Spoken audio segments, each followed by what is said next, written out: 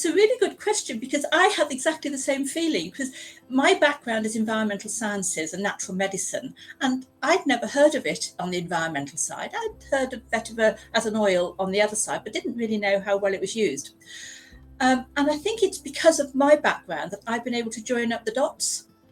So, and also vetiver is very disparate. It's three disparate sectors. So the first sector is the environmental improvement sector. And these tend to be projects in tropical areas like Vietnam, Cambodia, Thailand. The Ho Chi Minh Highway has 200 kilometres of vetiver plants stabilising its sides. And it's been there for 15 years.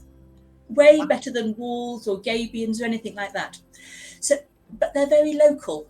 The plants are grown locally, the projects are local, and it tends to stay like that. It's quite contained.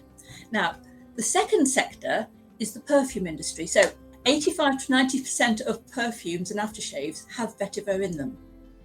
So you have like Tom Ford's grey vetiver, Joe Malone's vetiver and vanilla, and even Marks and Sparks have a cool vetiver cologne.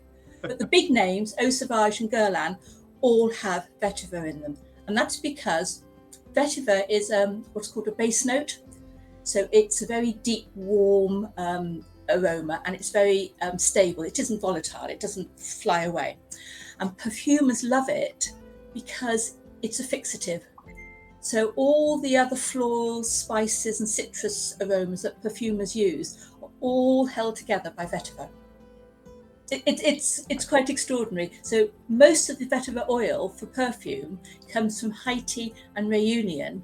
And again, it's a very self-contained industry. It's very difficult to get vetiver oil from Haiti and Réunion because it all goes into the perfume industry. So my perfume essential oil that I have is from Java. So that has a slightly warmer, woody aroma. So do you know winemakers have this terre noire where the earth gives the distinctive flavour to the vines, that gives the flavour to the wine. Plants are the same. The earth will make it different. So you can get what's called high altitude lavender, very different to the lavender that's grown at sea level. Same plant, different environment. So the oil that comes from Java is different to the oil that comes from Haiti. Gotcha.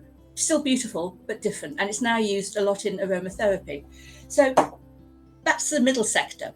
The final sector is the bit that people in the West don't know about, and that's how vetiver is used in Ayurveda.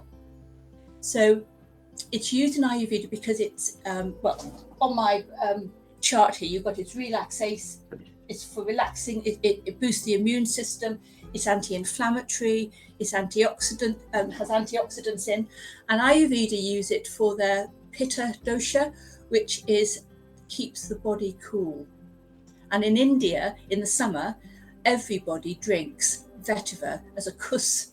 It's called kuss in India, and it's they make it into a syrup and they use it as a drink called sharbat, and they use it to keep their bodies cool. So the potential for hot flushes and night sweats and that sort of thing for ladies of a certain age is huge. So that well-being sector is, say, virtually unheard of. And I mean, I use vetiver every single day because the oil is very good at grounding and it gives you focus. I have a bottle on my desk if I have a quick sniff. And in fact, I used it to great effect when we were bringing our plants back from Spain last week.